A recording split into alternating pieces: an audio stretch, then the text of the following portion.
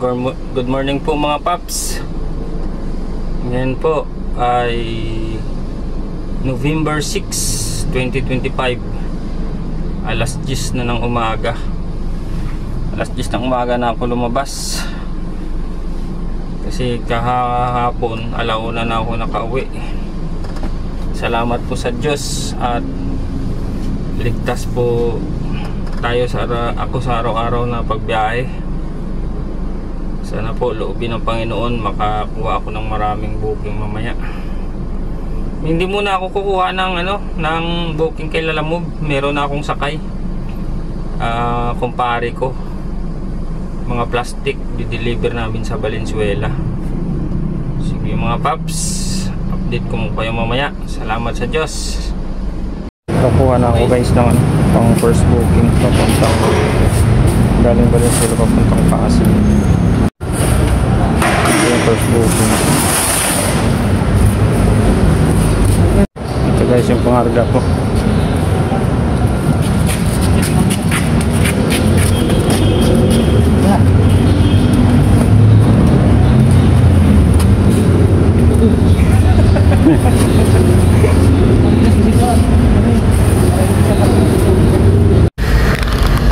Yan guys, medyo matraffic dito sa may Anonas. Dito na ako sa may Anonas traffic.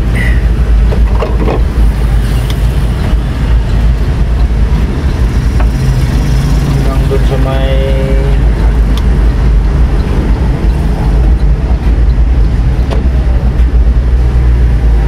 traffic.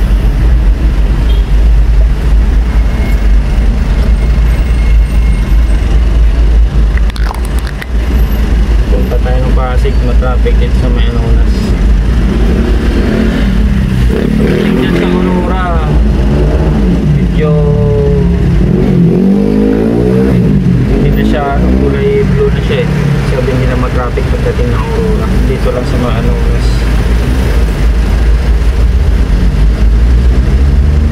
May stoplight din kasi dun, kaya medyo bumabara sa stoplight yung mga sasakyan.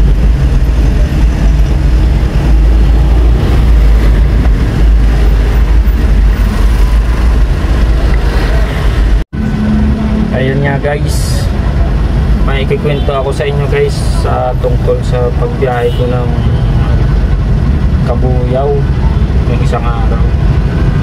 May nagbook sa akin 1,000 kg Alakbato Kabuyao. Pagdating ko dun sa pick up location, tinawagan ko si client. Sabi ni client, ano daw, yung kakancel niya daw yung book niya dahil nag-double booking.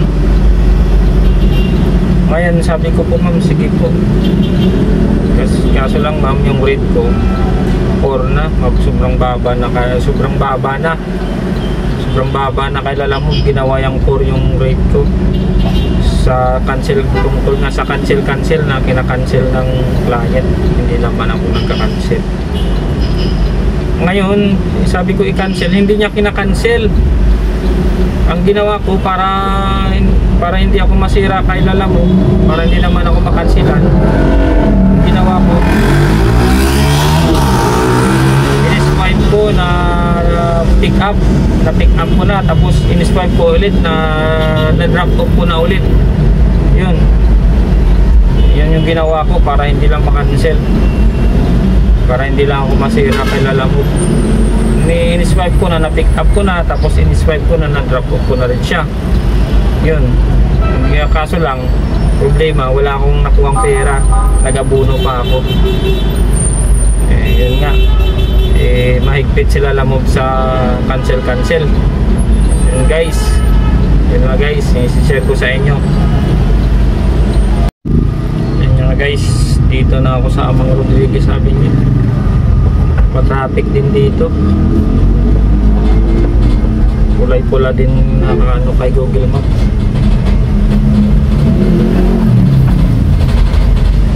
Alas 2 pa ako makarating dun sa drop off location. lalamog din to, yung sinusundan ko. Kaya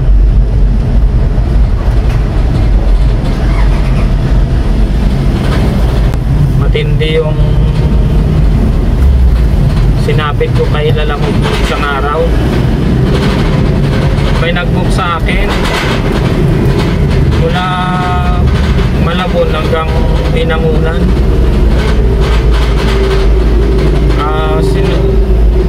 Tinawagan ko si client, ang sabi niya nakarga na daw nila yung ano sa ibang sasakyan yung book, yung items. Yung bakit sir nagaganon ako yung nag-accept ng booking, bakit sa ibang driver niyo sinakay? Sabi daw ng driver siya na daw bahala mag-change driver. Sabi ko, sir, paki-cancel na lang kasi hindi ako para hindi ako masira kay lalamog. Sabi niya, sige sir, mga isang oras na hindi pa rin na-cancel. Yung ginawa ko, ako nag-cancel. Problema, nung ako nag-cancel, 9 minutes ako hindi nakakuha ng booking kay lalamog. Saka sinabihan ako na mag-ingat-ingat daw ako sa pag-cancel dahil may may action daw si lalamog. Yan yung hindi alam ni lalamog, yung mga ginagawa ng mga client. Sa driver niya sinisira niya, sa driver niya binabato. Hindi ko naman kasalanan yun, nasa ibang ginawa ni client. Ako tuloy yung ang nasira. So, mga guys, yun lang isa kong experience kay lalamog. Yun nga guys, nakarating na ako dito sa pick up location. Ang problema, ang sikip, one way, walang maparkingan, wala, iikot na naman ako ulit. Tinawagan ko yung binigay na number dun sa may pick up location, hindi naman sumasagot. Ang sikip, grabe yung sikip ng daanan. One way, tapos ang liit ng daanan. May kasunod din ako, kaya medyo umabante na ako. Tinawagan ko yung client. Hirap ng nila. Dapat may sumasagot dapat sa number na nilagay nila sa kaso lang walang sumasagot. So mga guys, iikot muna ako ulit papunta dun, pabalik ako dun sa one way na yun. Hindi ko alam kung saan na naman ako lulusot papunta dun. Ito yung daanan guys, so, ang sobrang sikip ng daanan. Maraming nakaparada sa gilid-gilid. Ang ingay ng tubo na karga ko, ka-folding. Maingay natin akin na pangarga. Hindi mo lang binigyan ng space yung kalsada.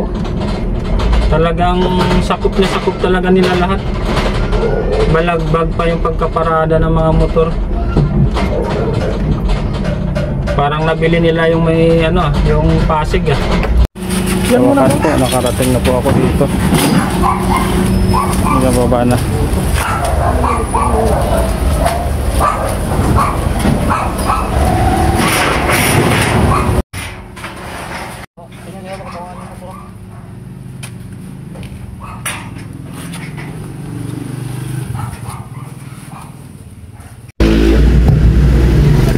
Makainan.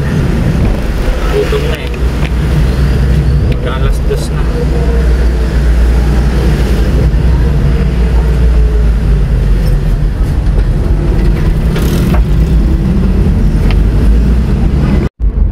Yan guys, yung pangalawa kong book ay mali yung pin location sa pick up location. Mga 1.5 kilometers pa yung layo. Mali yung book niya, mali yung pin location. Sige guys, punta na ako dun sa pick up location kahit mali. Okay lang. Basta hanap buhay. The next left onto Jenny's Avenue. Yan nyo guys. Na-pick up ko na po yung ano, yung pag-second booking ko. Punta na po ako sa drop-off location sa may Balagtas. 1 hour and 43 minutes ang papunta dun.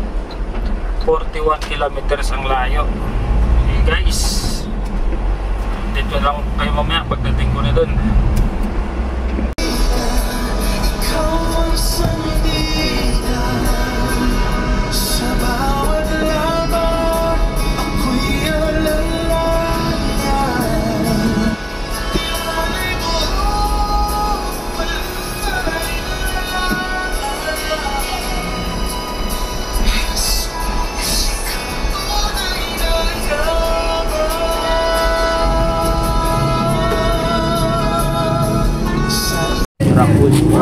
Oo, apat. Oo. May resibo. Oo, yan yung resibo.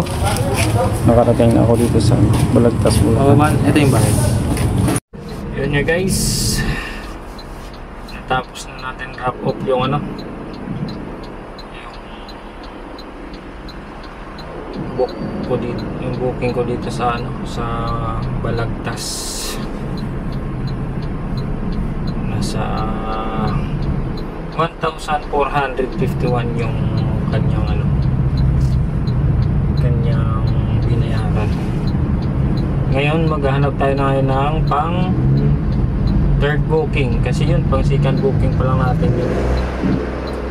Maghahanap tayo ng pang third booking papuntang Maynila pauwi. Yung mga guys, update ko na lang kayo mamaya. So guys, nakakuha na ako ng pang third booking. Alas 9 ng gabi. Dito sa Frozen. Papuntang Espanya, Manila. Ito ang pang third booking ko. Frozen.